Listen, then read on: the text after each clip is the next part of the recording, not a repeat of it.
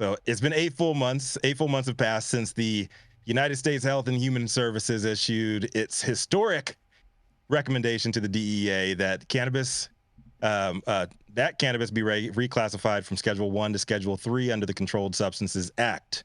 That's 243 days of cannabis advocates and activists arguing over the merits of reclassification versus declassification, over who and what stands to benefit most. And the most juicy of all speculative debate topics, when the hammer will actually drop, sparking legislative action on said issues. Those of you tuned in to High at 9 News over that stretch of time have probably noticed how numb we have all become to the conversation. And for all information, as we've consumed at this point, it's hard to see any new comments as anything more than lip service from pandering politicians or petty points scored by pro-pot pundits with inside information just to keep their names in the conversation for when action finally does take place.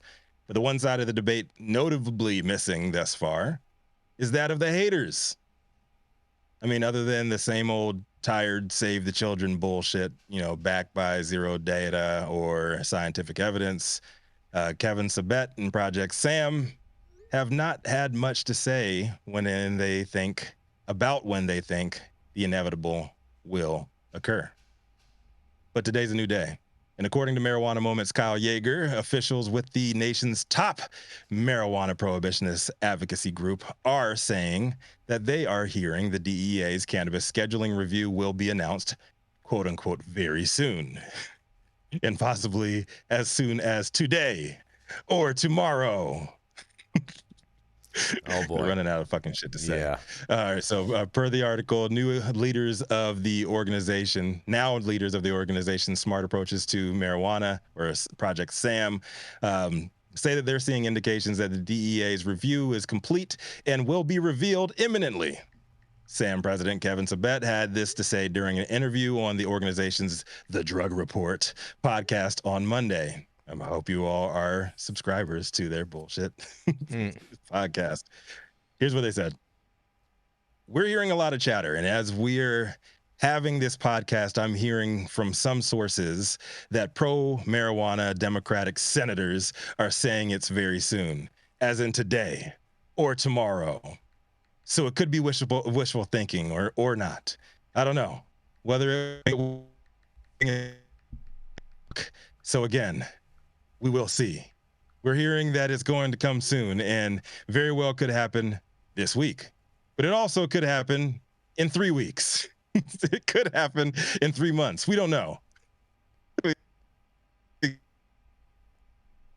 Right? Just talking to talk. But Yeager said that the SAM executive also reiterated his skepticism about the revised FDA drug scheduling review process, a talking point that's also been picked up by certain GOP lawmakers. One thing I have to say, obviously, sort of a glass half full, glass half empty way to look at this. Obviously, I don't like it, rescheduling this whole thing, for many reasons, and we completely oppose it. But the glass half full, if you're going to look at it that way, and I always think you've got to sometimes look at it that way, even if it's overall not good, you don't want it. You want it a full glass of water. But if you have a half and you look at it that way, the goalposts have changed. What the fuck is this dude saying? Mm-hmm. It kind of sounds like Jason Beck sometimes. I gotta say, you guys are funny. It's that time to fill. Oh, right. Sabet said earlier in the interview that Sam has some pretty decent intel that the scheduling review is moving through the process, and there's no doubt about it. He pointed out that past scheduling petitions have taken years to complete, only to have the government deny the asks to reclassify marijuana under the CSA. In this case, however, the scheduling review was directed by President Joe Biden. A DEA official also recently said that it sometimes takes up to 6 months for the agency to complete its analysis of health officials' recommendations, which is now less than how long it has been since the agency began its current cannabis assessment. Well, Obviously, Kevin Sabet and them are running out of conversational topics now that everything they've ridden hard for over the years, minus penis, has either been debunked or proven unpopular by consensus. While I personally don't care about much Sabet or his followers have to say on any topic at any given moment, it is notable that even the haters are expecting an official ruling sometime in the near future.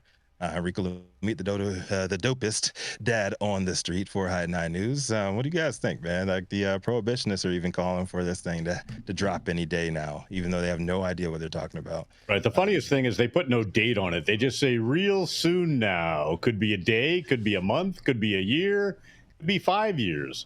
So literally, I used to work with a technology company, and whenever you talk to the coders, right, you say, hey, when are you going to be done? And their answer was always, real soon now. Mm-hmm. It's like in Jamaica. Anybody as my absolutely nuts because she's Jamaican. We go out there and we hit her family up. Hey, when you guys gonna pick us up? Soon come. 5 months later, 5 hours later. Soon come. Mm-hmm. They might show up before dark, and we hit them up at like 10 a.m. It sounds like some Jamaican shit. So shout out to Kevin Sabet, representing live from Jamaica, where soon come attitude has come into fruition. Project Sam.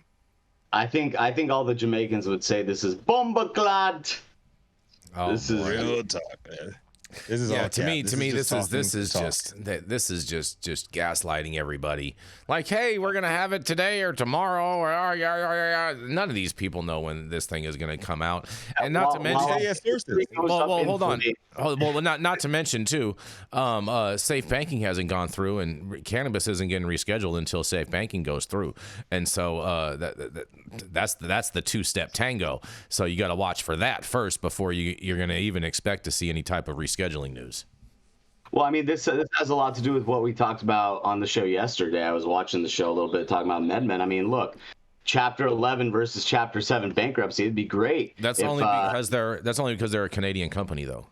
But at the same time, it's like our industry is going up in flames because of the restrictions. Literally, there's billions of dollars in like ARs that are outstanding around the whole entire country. So it's like we obviously need a huge reformation on at bare minimum banking. But of course, this is bureaucracy. They're gonna pack it all in with a bunch of other shit into a shit sausage with like a little bit of like, good stuff in there, and then we're gonna have to be forced to eat that too. So Saman, we covered that MedMen story yesterday, and I know. That's what he said.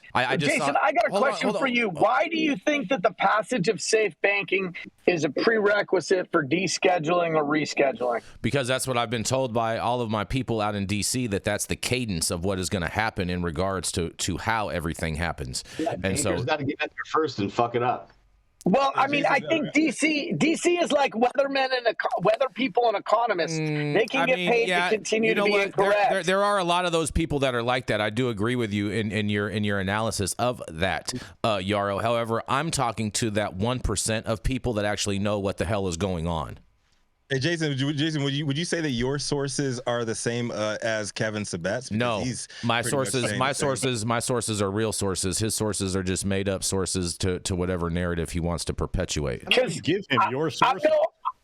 I'm no legal scholar and I've never written a law, but it just seems like if something was descheduled or rescheduled, it might eliminate the need for safe banking to be passed. And I've ranted and riffed about how safe banking doesn't need to be passed in order for things to be done with the executive branch in regards to the reporting requirements for financial institutions. So I just had never heard that two-step was the prereq. Yeah, no, that is a prereq, and because what I've said in the past, and I think you were on the day that I said this, I was saying that basically one of the trade-offs is that safe banking is going to get put into the cryptocurrency bill.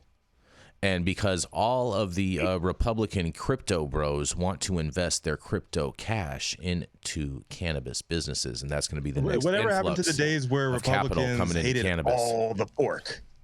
They hated all the pork. Hate like loading up bills with other stuff that doesn't have anything to do with those bills. Like whatever happened to those days? Yeah, now they're the barons of the barrels, for sure. Mm-hmm. Well, no, Rico.